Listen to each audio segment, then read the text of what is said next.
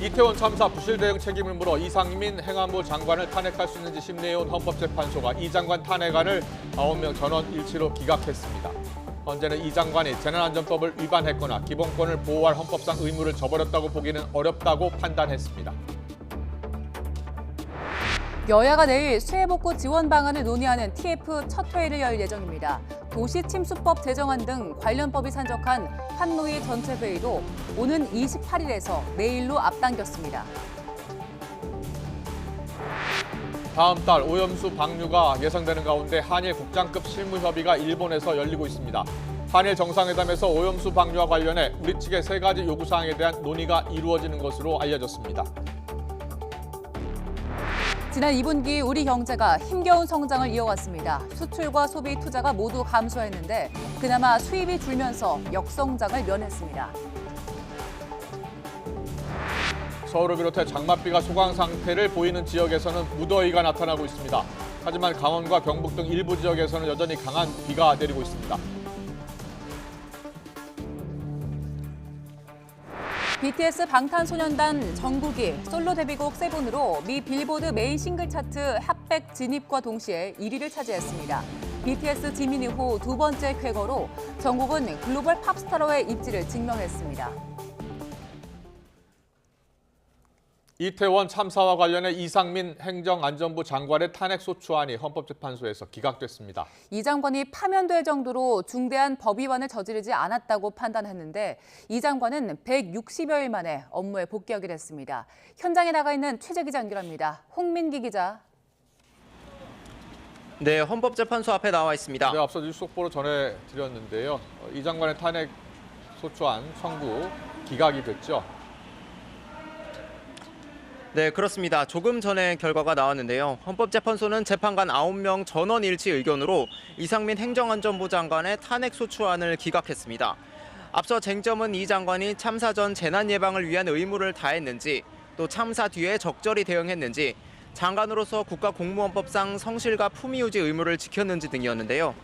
먼저 헌재는 참사 전 재난 예방 여부에 대해선 행안부나 경찰이 사전에 압사 사고와 관련한 보고를 하지 않은 만큼 이 장관이 참사를 예방하기 위한 구체적 조치를 취해야 한다고 요구하긴 어렵다고 판단했습니다. 또 참사 직후에도 재난 규모가 신속하게 파악되지 않은 만큼 중대본이나 중수본 설치를 신속하게 결정하기엔 어려웠고 소방당국 요청으로 경찰 교통기동대 등 지원 인력이 투입된 점을 보면 중대본과 중수본 역할도 일정 부분 수행했다고 판단했습니다. 경찰이나 소방 인력을 미리 배치함으로써 해결될 문제는 아니었다는 등 이 장관의 발언에 대해선 헌재는 국민의 오해를 불러일으킬 여지가 있어 부적절한 건 분명하다고 지적했습니다. 다만 이런 답변은 시간적 한계 속에서 이뤄졌고 비교적 빠른 시일 내에 유감을 표시하고 사과했다며 이 역시 탄핵 사유로 인정하기는 어렵다고 판단했습니다. 이에 따라 헌재는 이 장관이 재난안전법과 국가공무원법을 위반했거나 헌법상 의무를 저버렸다고 보기는 어렵다고 밝혔습니다. 결국 이태원 참사는 특정인의 원인이 아닌 총체적 결과로 발생했다는 게 헌재의 결론입니다. 다만 김기영 재판관 등 3명은 이 장관이 참사 직후 적극적으로 노력한 것으로 보기 어렵고 이 장관의 발언도 품위 위반에 해당한다는 별개의 의견을 밝혔습니다. 이처럼 헌재가 탄핵을 기각하면서 이 장관은 즉시 장관직에 복귀하게 됐습니다.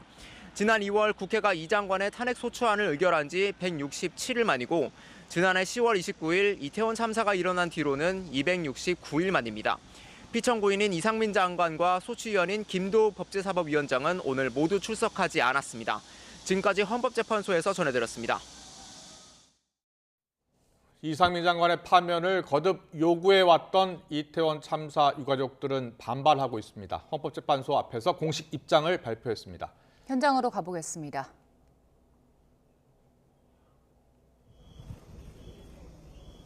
오늘 이상민 장관의 탄핵 선고가 있었습니다. 저희 유가족들은 오늘 선고 결정이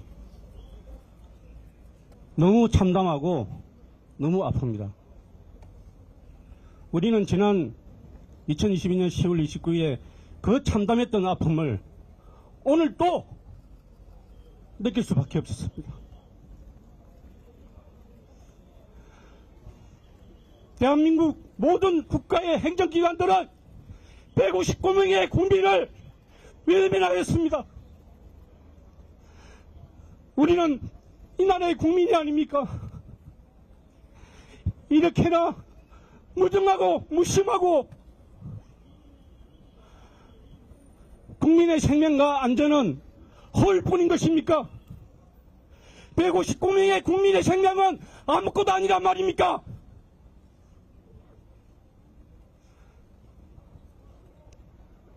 이제 행정부 수장뿐만 아니라 모든 기관의 장들은 면죄부를 받았습니다. 어떠한 잘못을 저지르고 어떠한 문제를 일으켜도 그들은 책임을 지지 않을 것입니다. 이제 실무에서 고생하는 실무자들만 모든 책임을 지고 그 위에 군림하고 명령하는 자들은 절대 책임을 지지 않고 그들의 권력을 유지할 것입니다. 오늘 이상민 장관의 탄핵 선고가 있었습니다. 네, 유가족들이 강하게 반발하고 있는데요. 대통령실 입장이 조금 전 나왔습니다.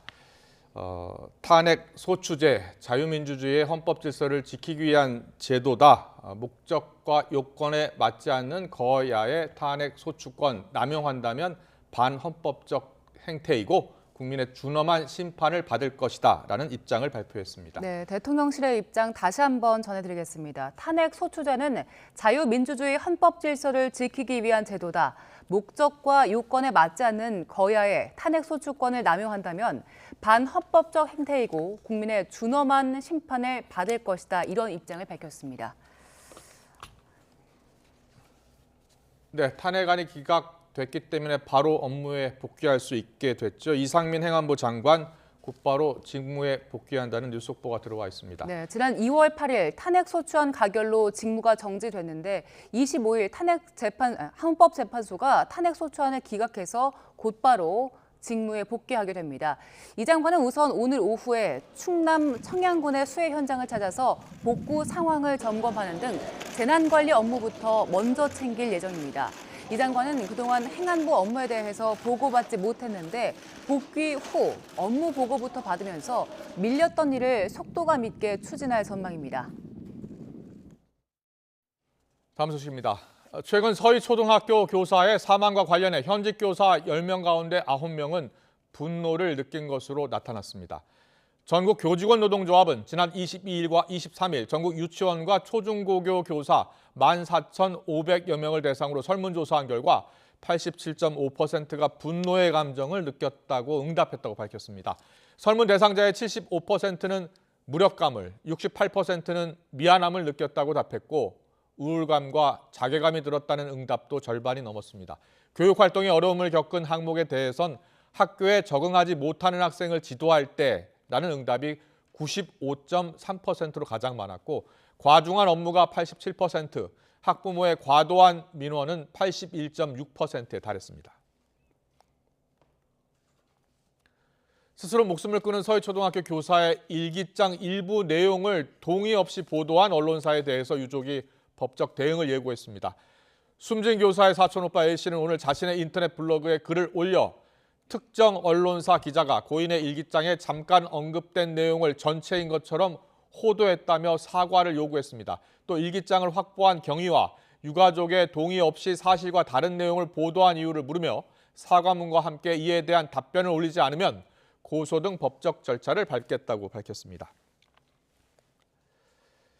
교사들이 최근 꼽는 가장 무서운 단어가 아동학대입니다. 학부모는 물론 학생들마저 툭하면 아동학대를 거론하면서 교사를 압박한다고 하는데요. 교사들은 정상적인 생활 지도가 아예 불가능해서 자괴감을 느낄 정도라고 호소하고 있습니다. 강민경 기자가 보도합니다. 올해 10년 차 초등학교 교사인 A씨. 1학년 담임을 맡았던 2년 전 학생의 부모에게 가정 내 조치가 필요하다고 건의했다가 폭언을 듣고 교육청 신고까지 당할 뻔했습니다. 저경력 교사라서 생각이 없어가지고 그렇게 일을 일방적으로 처리하느냐, 그렇게 생각이 없어서 어떻게 교사를 하느냐, 뭐 이런 식으로 막말을 하셨고요. 이후 A씨는 자기 자신을 자꾸 검열하게 된다고 고백합니다. 얼마 전엔 2학년 어린이가 손등을 핥히고 머리카락을 잡아당기는데도 아동학대로 몰릴까 봐 아무런 조치를 할 수 없었습니다. 교사들은 지난 2015년 아동학대 범위에 정신적 고통을 가하는 행위가 추가된 뒤 교실 내 분위기가 완전히 달라졌다고 입을 모읍니다. 학부모뿐 아니라 최근엔 어린 학생들마저 교사의 훈계와 충고를 아동학대로 몰아간다는 겁니다. 자리에 앉으라고 조금 더 강한 목소리로 이야기를 했더니 한쪽에 있던 남자애들이 선생님 요즘 아동학대로 선생님들 많이 고소당하시던데 선생님 저희도 교육청에 신고를 할까요? 이렇게 이야기를 하면서 희죽거리더라고요. 실제로 최근 5년 동안 교사가 아동학대 혐의로 고소되거나 고발돼 수사받은 사례는 1,252건. 그런데 절반이 넘는 676건이 무혐의 종결이나 불기소 처분을 받았습니다. 전체 아동학대 신고에서 불기소율이 14.9%인 점을 고려하면 교사를 상대로 고소고발이 무분별하게 남발된다고 볼 수 있는 셈입니다. 그 결과 교사들은 아이들을 사랑하고 가르치는 게 좋아서 잡은 교편을 이제 내려놓고 싶다고 말합니다. 제가 가르쳐준 내용을 다시 되뇌어줄 때 내가 교사하기 정말 잘했구나 행복감을 느낍니다. 네, 그럼에도 불구하고 제가 여기서 머무를 수 있는 시간이 얼마 남지 않았구나 이런 걸 느끼곤 합니다. 정치권에서는 교사의 생활지도를 아동학대로 보지 않는 법률 개정안이 주목받고 학생 인권 조례를 없애야 한다는 목소리에도 힘이 실리고 있습니다. 그러나 교권과 학생 인권은 서로 배치되는 가치가 아닌 만큼 어떻게 해야 둘을 함께 신장시킬 수 있을지 논의할 때입니다. 학생인권 조례에서 일부 사항을 폐기시켜달라는 이야기가 아니고요. 교권도 존중해달라고 말씀을 드리는 거예요. YTN 강민경입니다.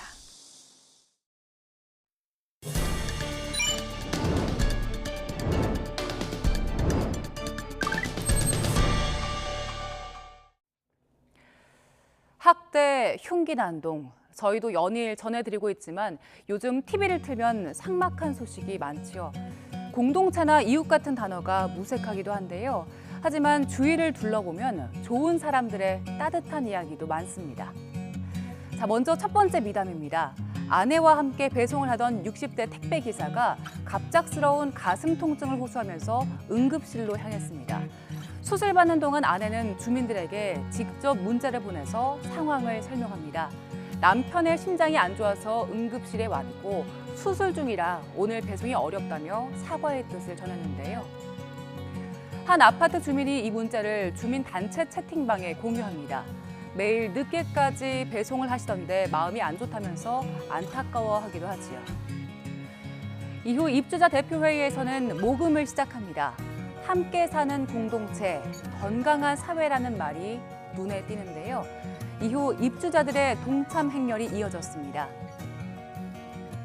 106명의 주민이 십시일반 마음을 더해서 246만 원의 성금이 모였고요. 쾌유를 바라는 편지와 함께 택배 기사에게 전달됐습니다. 이렇게 따뜻한 응원이 모인 덕일까요?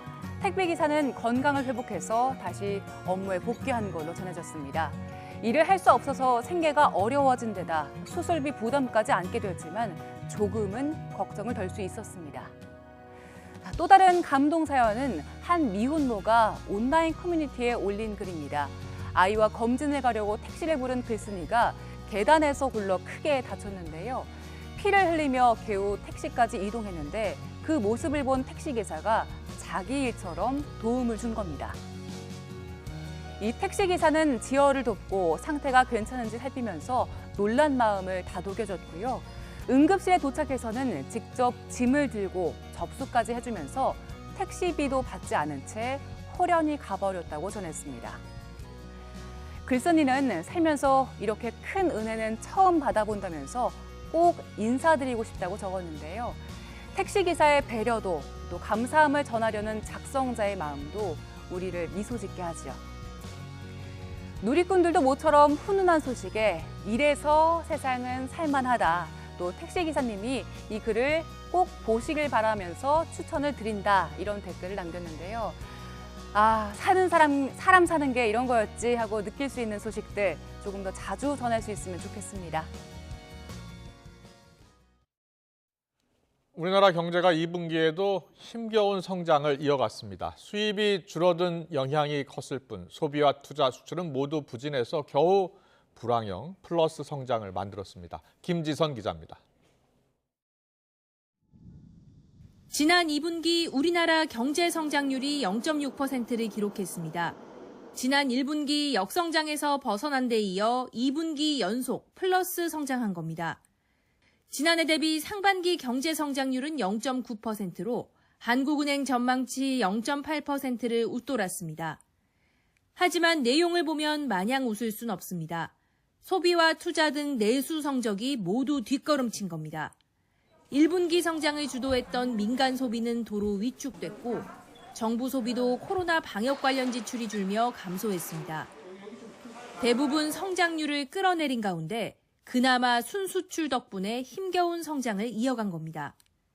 하지만 이 역시 원유와 천연가스 재고가 많아 수입이 크게 줄었기 때문일 뿐 정작 수출은 1.8% 감소했습니다. 그러니까 소비와 투자 등 내수 부분은 규모가 줄었지만 순수출의 규모는 더 내수 감소폭보다 컸기 때문에 성장률이 플러스로 나온 것입니다.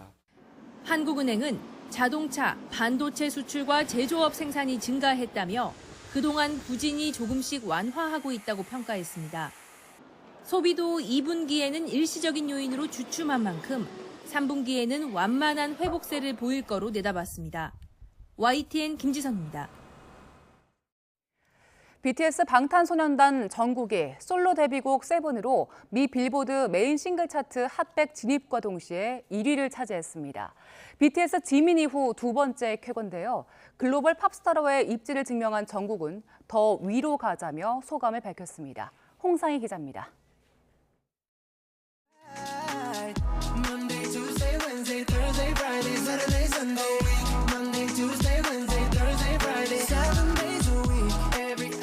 그룹 방탄소년단의 황금막내 정국이 K-팝 역사를 다시 썼습니다. 정국은 솔로 데뷔곡 세븐으로 미국 빌보드 메인 싱글 차트 핫백에서 진입과 동시에 1위를 차지했습니다. 빌보드는 현지 시각 24일 정국의 세븐이 컨트리 가수 제이슨 알딘의 Try That in a Small Town과 모건 월렌의 Last Night을 제치고 1위에 올랐다고 밝혔습니다. K-팝 솔로 가수가 빌보드 핫백에서 1위에 오른 건 지난 4월 BTS 지민의 Like Crazy에 이어 이번이 두 번째로 진입과 동시에 1위로 직행한 68번째 곡이 됐습니다. 정국의 이번 성과로 BTS는 비틀스, 블랙 아이드 피스 등과 함께 복수의 멤버가 솔로로 정상에 오른 9번째 팀으로 기록됐습니다.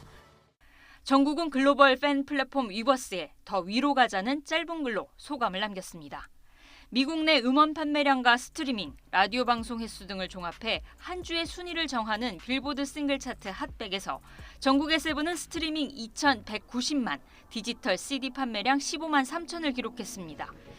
특히 빌보드가 다운로드 인정 횟수를 일주일에 4번에서 1번으로 줄였고 아티스트 공식 홈페이지 다운로드 수치를 집계 대상에서 제외해 문턱을 높인 가운데 이룬 성과로 의미가 큽니다. 완전체 활동을 중단하게 되면 개별 멤버의 뵙기에 따라서 그룹 전체가 타격을 받는 경우가 있었는데 다양한 장르들의 음악들을 시도하고 있고 자신의 정체성을 따로 구축하고 있거든요. 기존의 K-팝이 가지고 있었던 한계를 극복했다는 겁니다. 세븐은 어쿠스틱 기타 연주와 UK 게러지 리듬이 어우러진 영어곡으로 지난 14일 공개됐습니다. 영국 오피셜 싱글 차트 탑 100에서는 3위로 진입했고 정국과 한소희가 출연한 뮤직비디오는 유튜브 1억 뷰를 돌파했습니다. YTN 홍상입니다. YTN 김영수입니다.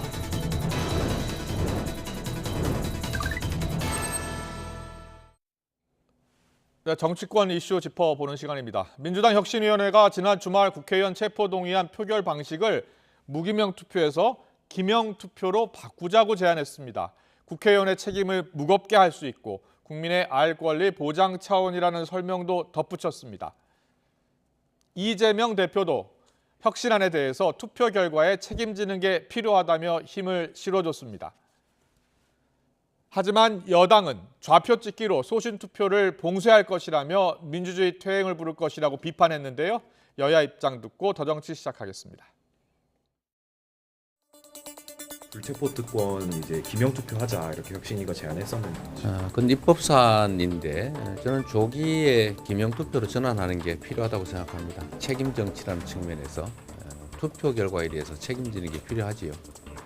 앞으로 지도부 차원에서 그렇게 추진하실 거라고 보세요.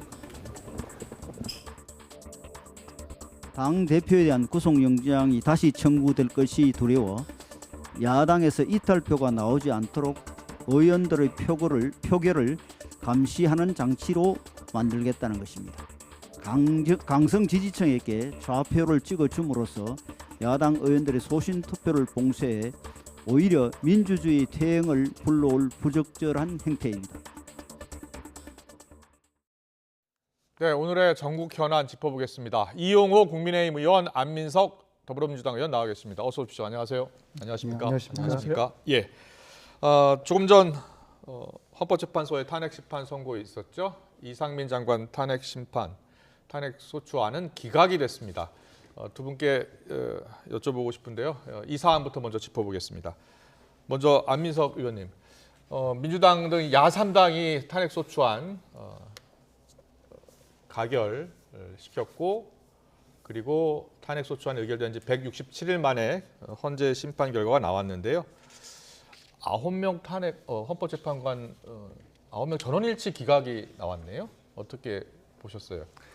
기각을 어느 정도 예상을 했었어요. 예. 왜냐하면은 9분의 재판관 중에서 중도 보수가 5분, 좀 진보 성향이 4분 이렇게 이제 분류를 했기 때문에 기각될 걸로 알았지만은 그러나 저는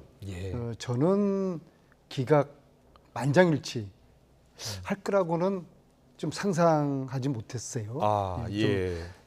상상을 넘어선 판단이다. 그러나 현재 판단은 존중해야 되겠죠. 단지 이상민 장관이 법적으로 탄핵을 면했다고 해서 법리적으로 중대 범죄가 저지르지 않아서 장관 유지할 수 있다고 그래서 정치적으로 책임을 면할 수 있을 것인가. 여전히 정무직 장관이지 않습니까? 정치적 책임으로부터는 자유로울 수 없다. 그래서 저는 개인적으로 뭐 본인이 탄핵을 면했으니까 명예는 지켜진 거 아니겠습니까? 명예 회복됐으니까 저는 지금이라도 자진 사퇴하는 그런 결단을 내리셨으면 좋겠다. 이렇게 말씀드리겠습니다. 알겠습니다. 잘 들었습니다. 전원일치, 헌법재판관 전원일치 기각이 나올 것으로 예상하지 못했다라고 지금 말씀해 주셨는데 이용호 의원께서는 어떻게 전망을 하셨어요? 저는 처음부터 뭐 기각될 거라고 생각을 했고요. 왜냐하면 이제 야3당이 처음부터 이 탄핵 소추안을 낼 때 아무리 살펴봐도 법리적으로 책임질 만한 부분이 없었다 이렇게 보는 것이고요. 이게 헌법재판관들의 진보 성향이냐 뭐 보수 성향이냐 이렇게 숫자를 세석할 일이 아니고 결국은 이제 법리적으로 맞냐 틀리냐 이 문제인데 이건 처음부터 잘못 제기된 탄핵 소추안이다. 왜냐하면 이태원 참사라고 하는 게 사실 온 국민이 그 당시에 정말로 슬퍼할 일이고 안타까울 일인데 이 부분을 너무 좀 정치적으로 야당이 끌고 갔다라는 것이고요. 당시에 대규모 검경 수사단이 꾸려져서 수사를 했고 또 여야가 함께 국정조사를 55일 동안을 하고 1월 17일 날 국정보고서까지 채택을 했단 말이에요. 그래서 어느 정도의 이제 그 진상도 나왔는데 그런데 2월 8일 날 느닷없이 탄핵 소추안을 또 제출을 해서 처리를 했단 말이에요. 그래서 이런 부분이 지나치게 이 참사를 정치화, 정쟁화했다라고 하는 그런 비판이 있고 그 결과가 이제 헌법재판소에서 나왔는데 이 부분에 대해서는 야당에서 조금 반성하고 차제 앞으로는 이번 일을 계기로 해서 좀 이런 일이 생겼을 때 너무 지나치게 정치화하지 않았으면 좋겠다. 그런 자성의 어떤 목소리를 좀 내주셨으면 싶습니다. 네, 대통령실도 입장이 나왔어요. 탄핵소추는 자유민주주의 헌법 질서를 지키기 위한 제도인데 목적과 요건에 맞지 않는 거야의 탄핵소추권 남용 아니냐라는 입장이 나왔습니다. 대통령실 입장은 어떻게 보셨어요? 저는 뭐 이제 탄핵이 기각되었고 대통령실에서 저는 입장이 나왔고 그래서 이게 끝날 사안이겠느냐. 저는 새로운 또 시작점이 된다고 봅니다. 왜냐하면은 세월호 가족들처럼 이태원 참사에서 희생당한 159명의 유족들이 이 판결을 받아들일 수 있느냐.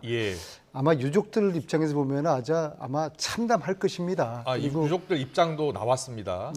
그래서 그런 면에서 유족들은 여기에 가지고 저항할 것이고요. 국회의원들 입장하고는 또 틀리지 않겠습니까? 유족 당사자들 입장에서는 전혀 수용하기 어려울 거라 보고요. 저는 지금 유관혁 대표 모습도 보고 계신데요. 두 가지 좀 정치적인 함의가 있다고 보는데 이번 판결에 대해서 첫째는 지금까지 윤석열 정권이 폭주하고 독주를 해왔지 않습니까? 여기에 대한 이번에 이 기각 판결이 하나의 면죄부를 주지 않을까. 그래서 더 폭주와 독주의 엑셀레이터를 밟지 않을까. 그러한 면에서 좀 우려가 되고요. 두 번째로는 이제 저희 야당의 입장에서는 앞으로 향후에 어떤 장관의 어떤 불법적 행위라든지 부당한 행위에 대해 가지고 또 직무 수행에서도 이런저런 문제점이 있는 가령 한동훈 법무부 장관 같은 경우에 저희 야권 내에서 탄핵을 하자 말자 그런 이제 논의가 몇 달 동안 있어 왔거든요. 그래서 저희 이제 아무래도 야당 입장에서는 저희 민주당 입장에서는 이제 새로운 제2의 제3의 탄핵 소추에 대해서는 좀 더 또 신중할 수밖에 없겠다 그런 생각이 듭니다. 좀 더 신중할 수밖에 없겠다. 국민의힘에서는 민주당을 비롯해서 야당의 사과를 요구할 것으로 알려졌는데 맞습니까? 그 사과를 요구하기 전에 민주당 쪽에서 해야죠. 이건 좀 지나쳤다. 너무 정치적으로 좀 우리가 접근했다. 이런 입장이 나오는 것이 좋겠고 사실 지금 거대 야당이 거의 180석이 넘어서지 않습니까? 여야 3당 합치면. 그런데 윤석열 정부가 출범하고 나서 제대로 협조한 일이 있었는가 하는 부분을 사실 지적하고 싶어요. 그러니까 어떤 일은 협조를 하고 어떤 일은 제동을 걸고 이러면 국민들도 이게 우리 야당이 그런 대로 이게 견제도 하고 또 협조도 한다 이렇게 하면서 좀 야당을 평가할 텐데 처음부터 취임하기 전부터 사실은 검수완박부터 시작해서 지금까지 계속 사실은 이 견제만 해왔단 말이에요. 그런 차원에서 이번 이제 사법적인 어떤 헌재의 결정이 나왔기 때문에 반성과 자성이 좀 필요하다 이렇게 해놓으면 야당에 대한 재평가가 이루어질 수 있다는 생각이 들고 또 한 가지는 이제 행안부 장관을 탄핵함으로 해서 이게 재난 관련 이제 이렇게 컨트롤 타워거든요. 장관이 이제 비어서 이번에 수재도 겪었습니다만 그 사이에 행정력 낭비가 있었고 또 국정 공백도 조금 이렇게 지적할 수 있기 때문에 좀 앞으로는 좀 이런 우리가 어떤 사안에 대해서 법적인 것과 정치적인 것 좀 분리를 하고 물론 정치적인 건 뭐 얘기할 수 있지만 이걸 좀 지나치게 걸어서 계속 여당을 힘들게 하고 있는 것은 우리 국민을 힘들게 하는 것이다 이렇게 지적을 드리고 싶습니다. 앞서 안민석 의원께서는 법적인 책임은 벗었을지 모르지만 헌법재판 탄핵 심판 관련해서 정무적으로 스스로 사퇴하는 그러한 결단을 내려주는 게 어떻겠느냐는 제안도 했고요. 그리고 지금 유가족들은 크게 반발을 하고 있지 않습니까? 계속해서 파면을 요구했었고요. 그리고 이상민 장관은 과거 발언은 그동안 논란이 됐고 스스로 사과를 했어요. 이상민 장관은 앞으로 어떻게 해야 된다고 보세요? 저는 뭐 이제 그 당시에 참사가 있고 나서의 이제 그 발언 이 부분에 대해 사실은 우리 희생된 분들의 마음을 아프게 하고 또 유가족들의 마음을 아프게 한 거에 대해서는 저는 뭐 이렇게 동의하지 않습니다. 이 부분은 잘못했다 이렇게 지적을 하고 싶고 그런데 이제 문제는 정치권에서 이걸 좀 구분을 해서 했으면 좋은데 그냥 싸잡아서 이게 아예 사퇴를 시키고 또 정적인 어떤 목적으로 몰아가니까 그러니까 이 부분이 분리가 되지 않았던 측면이 좀 있었지 않았나 이런 생각이 들어요. 그러나 이제 한 6개월 정도의 공백이 있어서 막 들어왔는데 또 물러나서 어떤 행정력의 공백이 생기는 게 과연 옳은가? 저는 이제 결국은 뭐 대통령께서 생각을 하시겠지만 일단 행안부 장관의 중요성 그리고 지금 처해 있는 여러 가지 재난 문제 또 행정 공백의 문제를 좀 잘 추스리면 적절한 기회에 뭐 평생 장관을 하겠습니까? 저는 그때가 되면 뭐 그런저런 움직임이 있을 수도 있겠구나 그런 생각입니다. 두 분 모두 이번 탄핵이 기각될 것으로 예상을 하셨는데 오늘 오전에 있었던 여야 의원들의 생각도 좀 비슷했어요. 여야 이상민 장관에 대한 기각을 좀 예상을 하면서도 정치권 파장, 정책 파장에 주목을 했는데 오늘 오전에 있었던 여야 의원들의 이야기 듣고 오겠습니다. 민주당이 애초에 뭐 탄핵될 거라고 생각하고 탄핵 통과시킨 것도 아니고 당시 이제 여론이 굉장히 안 좋아서 이제 정치적으로 이제 책임을 물은 게 잘못된 방향으로 물은 거죠. 그래요. 탄핵이란 거는 이제 법적 위법 혹은 헌법 위배되는 뭐 이런 상황이 있어야 돼요. 중대한 법 위반. 그렇죠. 근데 뭐 전혀 없어요, 법 위반은. 그래요. 근데 당시에 이제 발언이 좀 문제가 있었고 그래서 민심이 안 좋았고 이제 그걸 등에 업고 공격을 엉뚱한 방식으로 한 거죠. 재판관의 성향 분석을 일단은 좀 하게 되는데 이 정부 들어가지고 두 분이 나가시고 두 분이 새로 들어오시면서 진보 우위였던 구성이 지금은 중도 보수 우위로 좀 바뀌었다 그래요? 예. 중도를 그냥 빼면은 거칠게 보면 뭐 보수 5, 뭐 진보 4. 근데 지금 6명이 필요하잖아요. 쉽지 않을 거다. 네. 앞서 하태경 의원이 민주당이 애초에 탄핵될 것으로 생각하고 탄핵을 통과시킨 것이 아니다. 물론 저기 하태경 의원의 생각인데요. 이번 판결 내용을 보면은 전혀 잘못이 없다는 게 아니에요. 예, 물론입니다. 탄핵을 할 만큼 중대한 범죄를 저지른 것이 아니다는 법 위반은 것이거든요. 아니다. 그래서 예. 결코 예. 이상민 장관 본인이나 대통령께서도 그렇고 국힘도 그렇고 예. 이 판결을 아전인수격으로 해서 봐라 아무런 문제가 없지 않느냐라고 해석하면 커다란 착각입니다. 예. 문제가 있는 것이죠. 예. 그렇기 때문에 좀 더 겸허하고 자숙할 필요가 있고요. 그런 면에서 저희들한테 사과를 요구할 게 아니라 먼저 이상민 장관이 사퇴한다는 게 맞다고 보고요. 네. 아까 원님께서 말씀하신 이걸 계기로 해서 좀 정치를 다시 복원하자 그런 의미로 제가 받아들였는데요. 네, 네. 맞죠? 예. 저도 전적으로 동감을 합니다. 예. 그래서 복원합시다. 복원하는데 대통령하고 민주당 당대표가 못 만날 이유가 뭐가 있겠습니까? 알겠습니다. 그거부터 시작을 하면서 예. 이 수해 복구가 끝나면은 대통령과 이재명 대표가 만나서 예. 서로 협치하겠다는 그런 좀 국민 앞에서 약속도 하시고 예. 지금 완전 정치가 정말 실종이 되어 사라졌어요. 네. 대화도 없고 소통도 없고 물밑에서도 전혀 이야기가 없어요. 가령 제가 이용호 의원님 같은 경우는 평소 제가 굉장히 좋아하고 예. 존경하는 선배 의원님이신데 뭐 저희들끼리도 전혀 뭐 이야기가 없어요. 그러세요? 예, 완전히 예. 여야 간에 공적인 사적인 모든 지금 소통이 다 단절돼 막혀 있는 있거든요. 정책 실종됐습니다. 예. 이러면 결국 피해는 국민들에게 오는 것이죠. 그래서 예. 정치 복원합시다. 대통령과 이재명 대표 만나도록 우리가 네. 함께 좀 건의라도 했으면 좋겠습니다. 논의가 좀 번졌는데요. 네. 일단 이번 이제 기각과 이상민 장관의 탄핵 소추안 기각과 관련해서 또 이제 시작이다.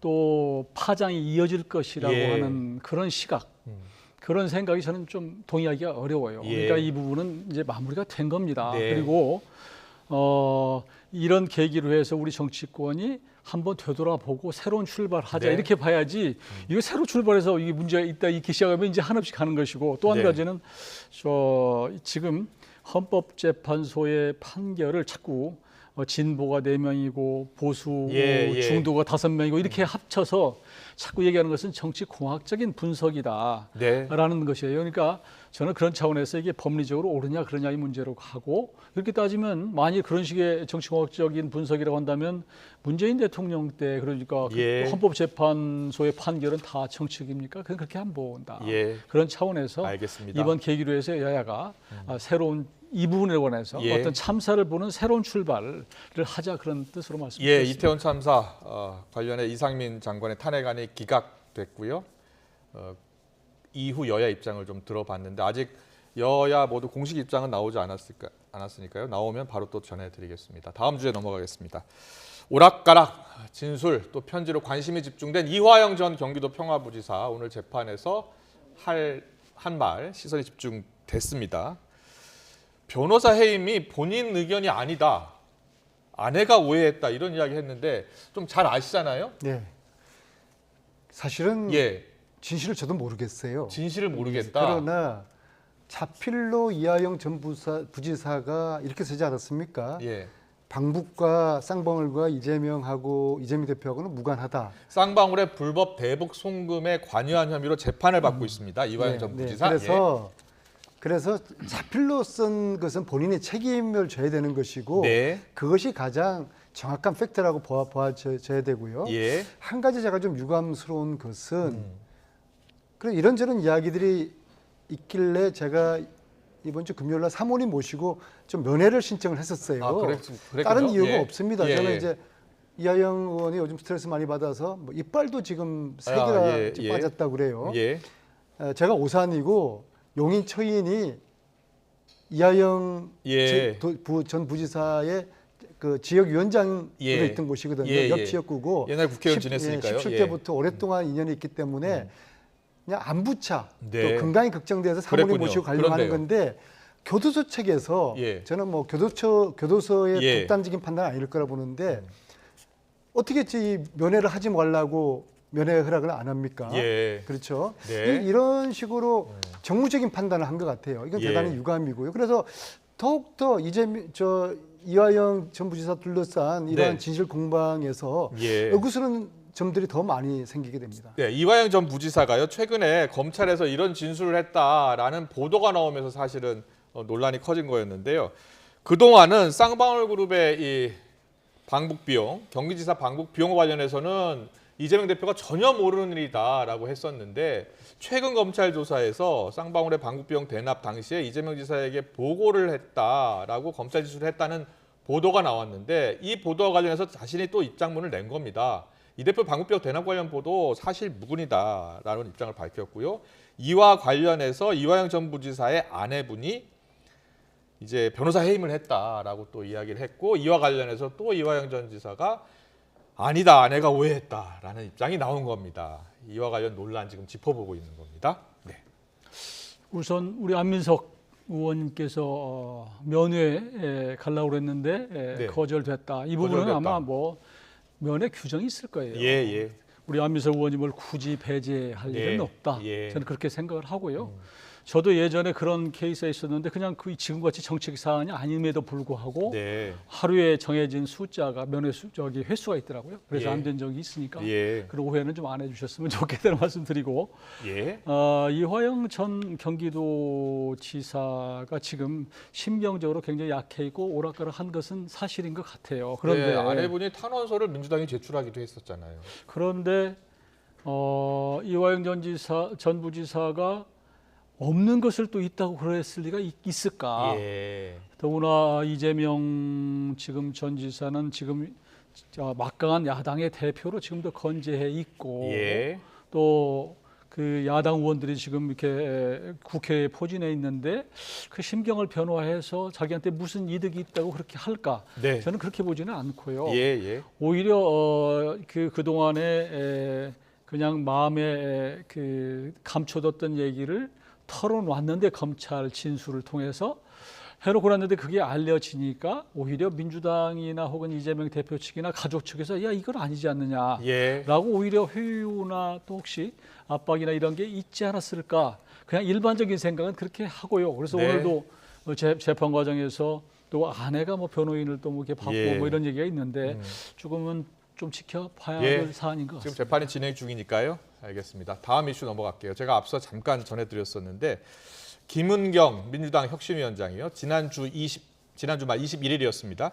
체포 동의안 이거 기명으로 하는 것 어떻게 했느냐 이렇게 이야기를 했습니다.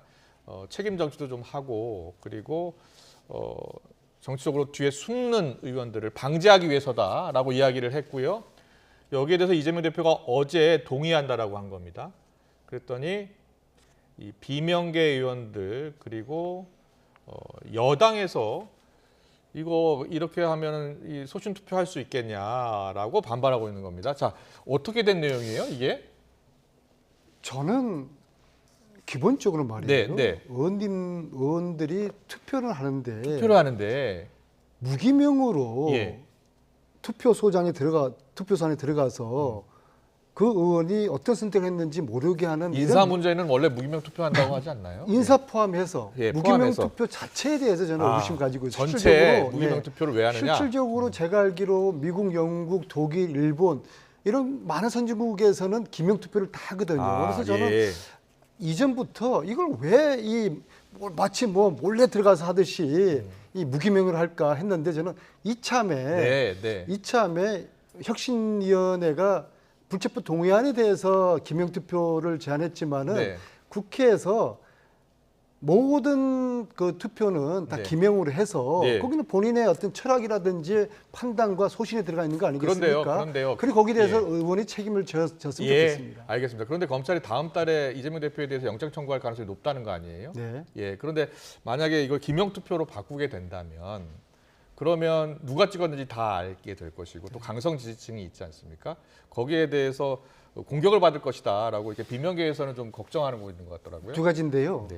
의원이라는 신분은 개개인에 대한 헌법기관이지 않습니까? 그만큼 본인의 어떤 존엄을 스스로 지켜내고 본인의 자존을 지켜낼 수 있는 그런 자신이 있어야 되죠. 두 번째로 적극 지지층이 두려워가지고 자기의 소신 투표를 못하면 이건 제가 볼 때는 국회의원으로서의 좀 자격의 저는 문제라고 봅니다. 알겠습니다. 욕먹더라도 자기 소신 투표를 해야죠.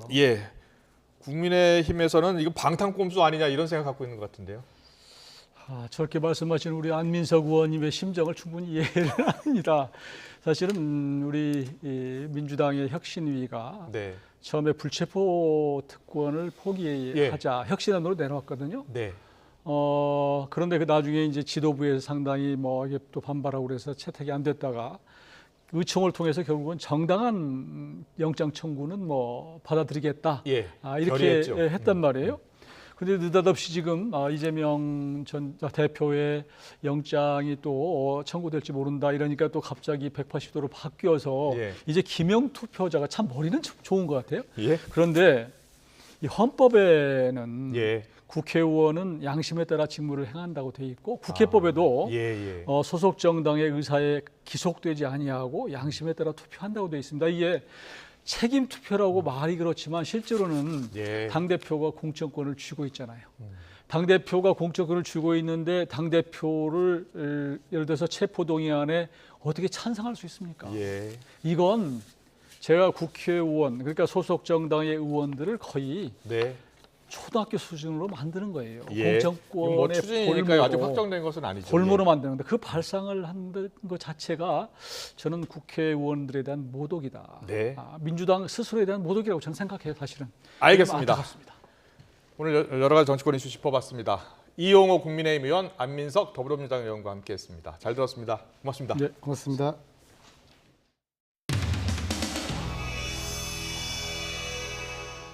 로 인한 피해 교육 및 교육 공동체의 교육력 회복을 위한 전폭적인 지원. 이어서 질의응답 시간입니다. 오늘 기자회견. 제 딸도 그렇게 똑같이 죽었습니다. 영감님 제발 좀 빌어주세요.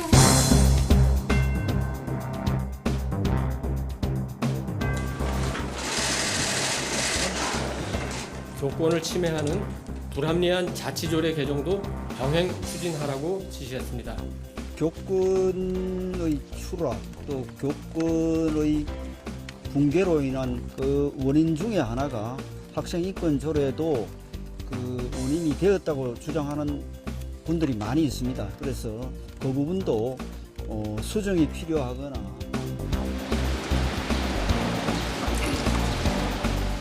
학생 인권과 교권이 양자택일의 문제이거나 양자택일의 문제가 아닙니다. 서로 상충하지도 않습니다. 이 문제를 근본적으로 풀 수 있는 그런 접근 방식이 아닙니다. 오히려 학생과 선생님을 가르는 그런 문제인데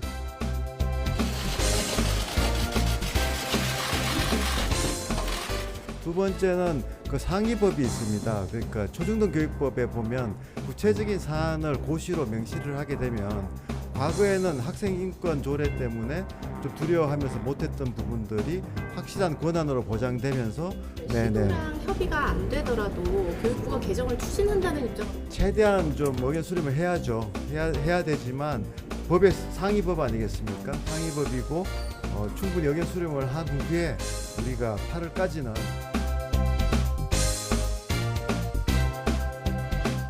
상담을 비롯한 치료 등을 통해 심리 정서적 안정을 이제 일단 학생인권 조례 폐지에 대해서는 단호하게 반대를 합니다. 이런 입장이고요.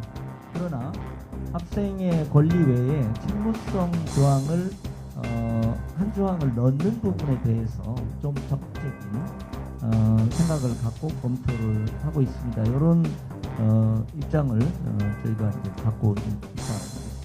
날도 그렇게 똑같이 죽었습니다. 형님 제발 좀 빌어주세요. 제가 어제 서희초가 좀 많이 울었습니다. 서희초 선생님은 눈에 조화가 놓이고 매이는데 우리 딸은 꽃송이도 하나 못 받고 죽었습니다.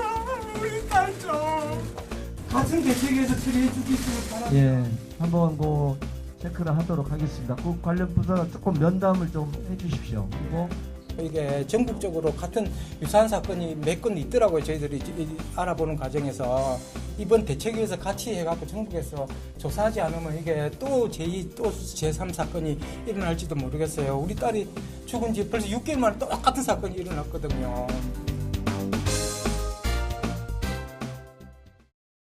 장마라는 말이 실감날 만큼 비가 길게 이어지고 있습니다. 지금도 강원과 충북, 이 남부지방을 중심으로는 산발적인 비구름이 분포해 있는데요. 특히 경북 서부 내륙에는 강한 비가 집중되면서 호우특보도 계속해서 확대 강화되고 있습니다. 앞으로 비는 전국 대부분 지역에 10에서 60mm, 많은 곳에는 80mm 이상 더 오겠습니다. 오늘 밤이면 충청 이남 지역에서 비는 대부분 잦아들겠는데요. 이 수도권과 영서에서는 내일 오전까지 소낙성 비가 이어지는 곳이 있겠습니다. 한편 비가 오지 않는 곳에서는 무더위가 기승을 부리고 있는데요. 이 전국 곳곳에 폭염특보가 내려진 가운데 찜통 더위는 내일도 계속되겠습니다. 내일 아침 기온 서울과 광주 25도, 대구 24도로 밤사이 열대야가 나타나는 곳이 많겠습니다. 내일 낮에는 오늘과 비슷하거나 더 덥겠는데요. 서울 30도, 광주 31도, 대구는 35도 보이겠고요. 내일 장맛비가 그치고 나면 금요일까지 전국 곳곳에 요란한 소나기가 지날 수 있겠습니다. 이후에는 태풍 5호 독수리가 변수가 되겠는데요. 우리나라에 직접적인 영향은 없겠지만 이 태풍이 남긴 비구름이 다가오는 주말 중부지방에 다시 강한 비를 뿌릴 가능성이 있겠습니다. 최신 기상 정보를 잘 확인해 주셔야겠습니다. 날씨였습니다. 이슈를 더 쉽게 전해드리는 더 뉴스, 내일은 더 준비하겠습니다. 잠시 뒤에는 뉴스큐가 방송됩니다. 시청해주신 여러분 고맙습니다.